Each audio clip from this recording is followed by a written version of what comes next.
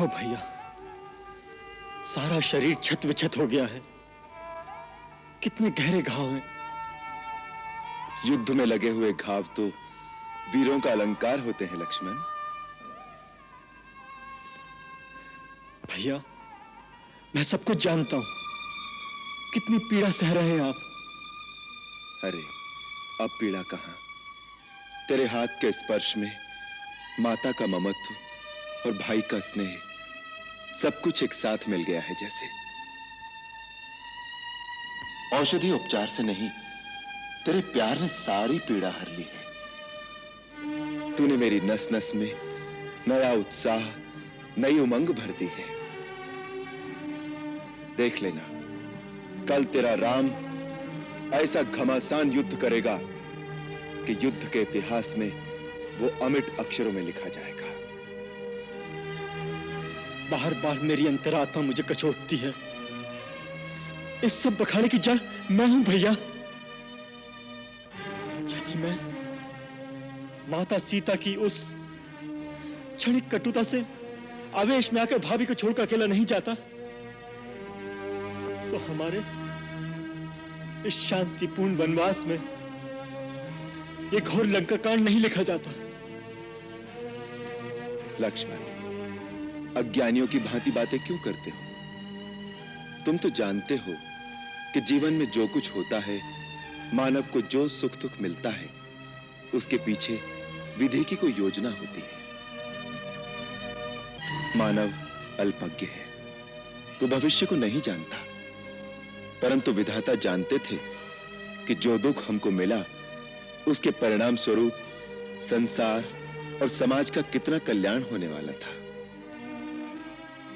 अब तनिक पीछे की ओर दृष्टि डालकर देखो तो विधि की योजना का पता चलता है कि सीता को वास्तव में आर्याव्रत को अधर्मियों की अनीति और अत्याचार से मुक्त करने का निमित्त बनाया गया।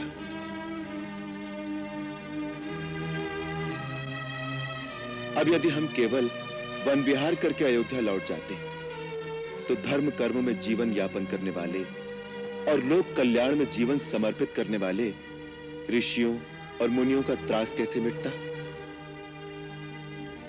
गुरुदेव वशिष्ठ से मिला ज्ञान, महर्षि विश्वामित्र से मिला दिव्य आयुध ज्ञान और महात्मा अगस्त को दिया हुआ वचन सब व्यर्थ हो जाता। तो जो कुछ होता है भले के लिए ही होता है, ऐसा मानकर सुख दुख को भोगना चाहिए। विधाता दुख शिक्षा के लिए देता है और सुख मानवता की परीक्षा के लिए। भैया, आप युग पुरुष हैं, मर्यादा पुरुषोत्तम हैं। जिसकी पूर्णता तुमसे है लक्ष्मण। अब जाओ, कुछ क्षण के लिए विश्राम कर लो। कल का युद्ध बहुत भीषण होने की संभावना है।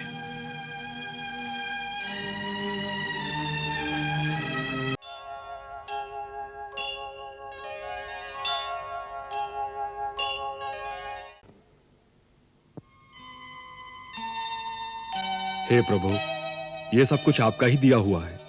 मैं तो आपका आशीर्वाद लेने आया हूं। अंगद, ये सब इन्हीं के श्री चरणों का प्रताप है। इनके श्री चरणों में नमस्कार करो वत्स।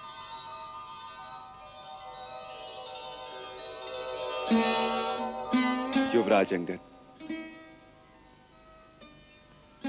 भगवान तुम्हें सुखी, दीर्घायु तथा यशस्वी करे।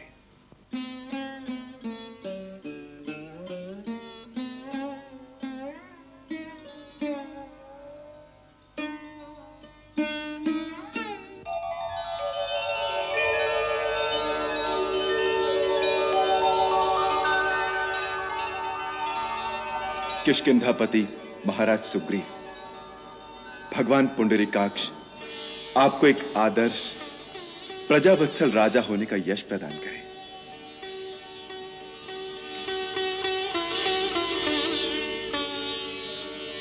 बैठिए महाराज। महाराज, लक्ष्मण ने हमें किष्किंधा के सारे समाचार सुनाए हैं।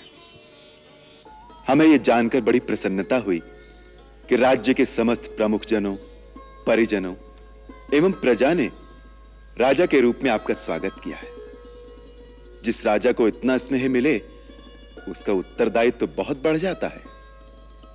आप सूर्य पुत्र हैं, इसलिए भगवान सूर्य की भांति अपने वात्सल्य की किरणें सारी प्रजा में एक समान प्रदान करनी चाहिए, जिससे सबके घरों में सुख समृद्धि का प्रकाश फैले।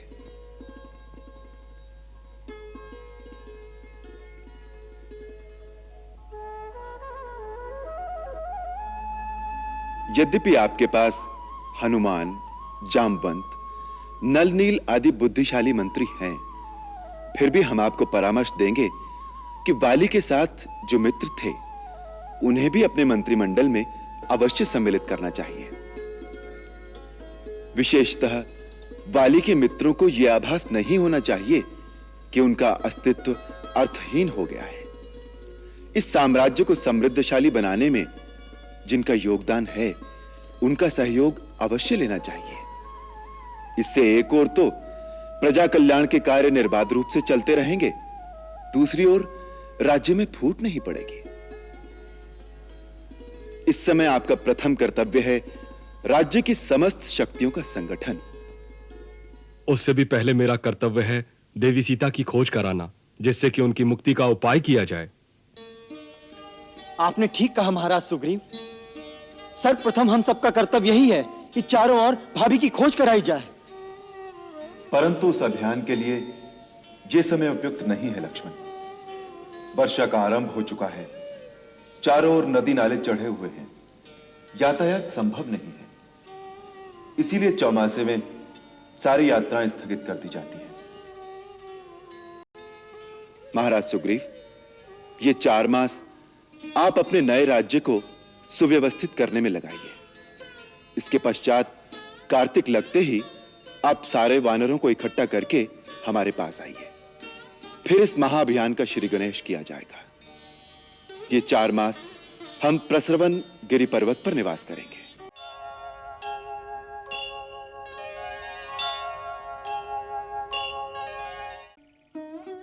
और भरत से अनुरोध कीजिएगा कि उसकी दृष्टि में जो स्थान माता कैकेयी का है वही सम्मान माता सुमित्रा और मेरी मां कौशल्या को दे। समस्त अयोध्या वासियों और गुरुजनों से मेरी, सीता और लक्ष्मण की ओर से चरण वंदना कहिएगा।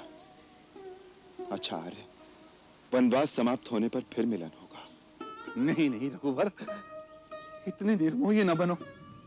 जिस सहज और सरल भाव से तुमने सब कुछ कह दिया, उसका निभाना कितना दुष्कर है। खाली रथ ले जाऊं, इससे तो अच्छा है कि गंगा किनारे रथ सहित अग्नि प्रवेश कर जाऊं। हे आर्य, विकट से विकट संकट में अपनी सूझबूझ से समस्याओं का समाधान करने वाला महामंत्री अयोध्या के राज परिवार में आई एक साधारण सी उथल-पुथल से इतना अधीर, इतना आतुर हो जाएगा? यह अविवेक कहां तक उचित है आर्य? आप कृपा करके अयोध्या वापस चले जाइए और एक चतुर और बुद्धिमान मंत्री की तरह वही व्यवहार कीजिए जिससे पिताश्री को शांति मिले और माता कैकेयी को सुख और संतोष। माता कैकेयी के सुख और संतोष की चिंता करने की किसी को आवश्यकता नहीं भैया। अपने सुख और स्वार्थ को झपट कर छीन लेना वो अच्छी तरह जानती हैं। आर्य सुमन, उनसे कहिएगा अपने चहेते भरत को राजगद्दी देने के बाद राजमाता का सुख भोगें। लक्ष्मण, फिर वही धृष्टता? क्षमा कर भैया। आर्य, लक्ष्मण की बचकानी बातों को वहां किसी से न कहिएगा। आपको मेरी सौगंध।